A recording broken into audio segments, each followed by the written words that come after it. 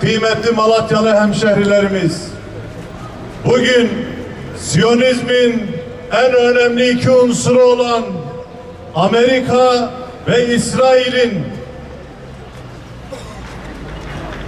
aynı kıbleye yöneldiğimiz, aynı Allah'a, aynı peygambere, aynı kitaba iman ettiğimiz hac ve umre dönemlerinde omuz omuza Kabe'yi tavaf ettiğimiz İranlı din kardeşlerimizin ve de komşularımızın istikballerine ve de hayatlarına yönelik yapmış olduğu saldırıları ve insanlık dışı muameleleri telin etmek, kınamak ve tarafımızı duyurmak üzere bir araya gelmiş bulunmaktayız.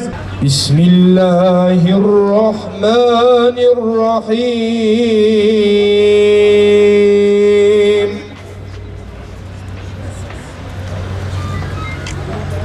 İnne lil muttaqine mefazen hadâika ve a'nâba ve kevâ'ibe etrâba ve ke'sen dihâqa.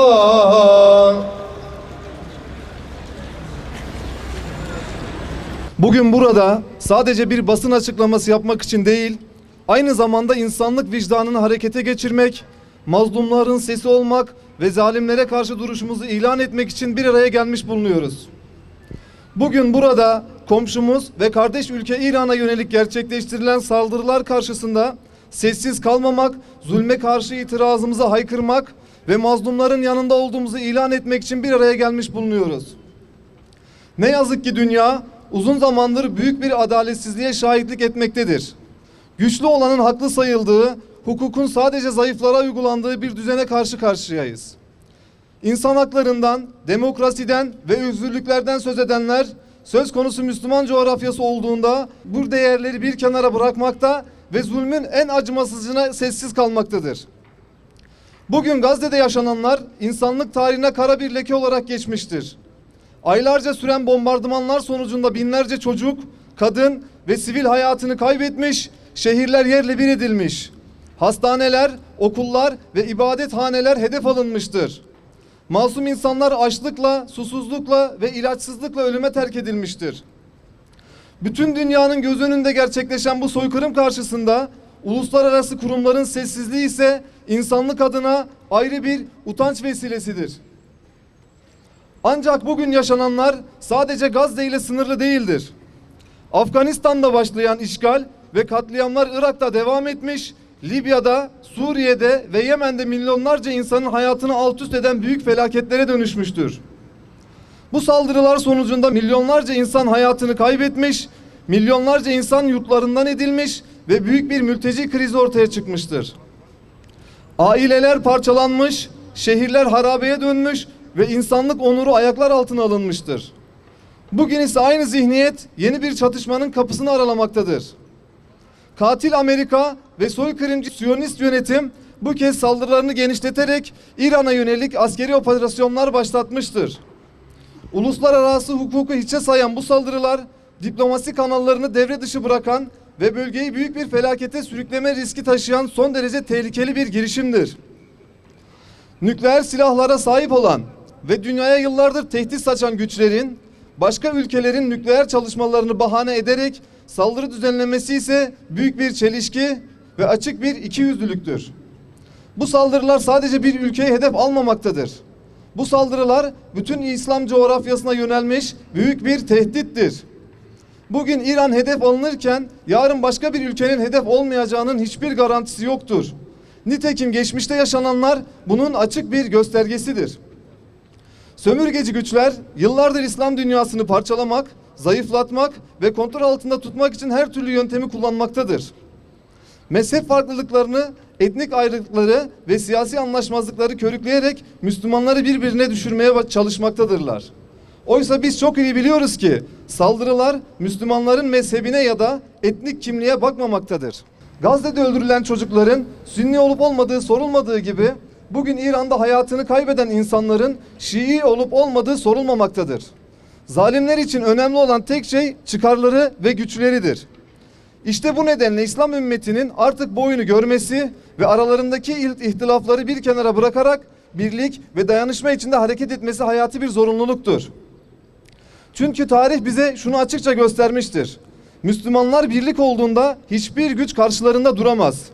Ama parçalandıklarında her türlü saldırıya açık hale gelirler. Yüce Rabbimiz Kur'an-ı Kerim'de iman edenleri şöyle tanımlar. Onlar bir haksızlığa uğradıkları zaman birlikte karşı koyarlar. Bu ilahi mesaj bizlere sadece bir tavsiye bulunmamakta, aynı zamanda bir sorumluluk yüklemektedir. Zulme karşı durmak, adaleti savunmak ve mazlumun yanında yer almak imanımızın ve insanlığımızın bir gereğidir. Unutulmamalıdır ki zulme rıza göstermek zulümdür. Zulme sessiz kalmak ise zulme ortak olmaktır. Bugün dünyanın birçok yerinde milyonlarca insan zulüm altında yaşam mücadelesi vermektedir. Gazze'de, Filistin'de, Doğu Türkistan'da, Arakan'da ve daha nice coğrafyada mazlumların feryadı göklere yükselmektedir. Bu feryada kulak tıkamak, insanlığımızı inkar etmek demektir. Bu nedenle bugün burada sadece bir tepki göstermek için değil, aynı zamanda bir bilinç oluşturmak için bulunuyoruz. Buradan bütün İslam ülkelerine ve yöneticilerine çağrıda bulunuyoruz. Artık aranızdaki ihtilafları bir kenara bırakın. Mazlumların yanında durun. Zalimlerin karşısına ortak bir duruş sergileyin. Çünkü bu saldırılar hepimize yöneliktir. Burada bütün vicdan sahibi insanlara da sesleniyoruz. Zulüm karşısında sessiz kalmayın. Adalet için sesinizi yükseltin. Mazlumların yanında olun. İnsanlık ancak bu şekilde ayakta kalabilir. Bugün gün birlik olma günüdür. Bugün gün zalimlere karşı hakkı haykırma günüdür. Bugün insanlık onurunu savunma günüdür. Eğer bugün susarsak yarın konuşacak bir vicdan bulamayız. Eğer bugün sessiz kalırsak yarın adaletten söz etmeye hakkımız kalmaz. Bu nedenle bizler buradan bir kez daha haykırıyoruz. Mazlumların yanındayız. Zulme karşıyız. Siyonist barbarlığa ve emperyalist saldırganlığa karşı insanlık onurunu savunmaya devam edeceğiz. İnanıyoruz ki zulüm ile abad olunmaz. İnanıyoruz ki hak er ya da geç galip gelecektir. Ve inanıyoruz ki mazlumların duası zalimlerin saltanatını yıkmaya yetecektir. Rabbimiz bizleri zulme karşı duranlardan, adalet için mücadele edenlerden ve mazlumların yanında saf tutanlardan eylesin. Vur İran vur! ABD'ye vur! Elhamdülillahi Rabbil alemin vel akibetu lil muttaqin ve la udvane illa ala zalimin. Ve salatu ve selamu ala Resulina Muhammedin ve ala alihi ve sahbihi ve sellim. Ya Rabbi, yerin ve göklerin tek ilahı, öldüren ve dirilten, rızkı ve şifayı veren, hükmü elinde bulunduran, helal ve haram hudutlarını tayin eden, dünyanın, kabrin, ahiretin, cennetin, cehennemin, arşın, kürsinin Rabbi sahibi olansın, iman ettik. Meleklerine, kitaplarına, peygamberlerine, ahiret gününe ve kadere iman ettik. Şehadet ediyoruz ki senden başka hiçbir ilah yok. En çok seni seviyoruz. En çok senden korkuyoruz. Sana itaat ediyoruz. Bedir'de zalimleri kahrettiğin gibi bugün de zalimleri kahhar isminle kahru perişan eyle.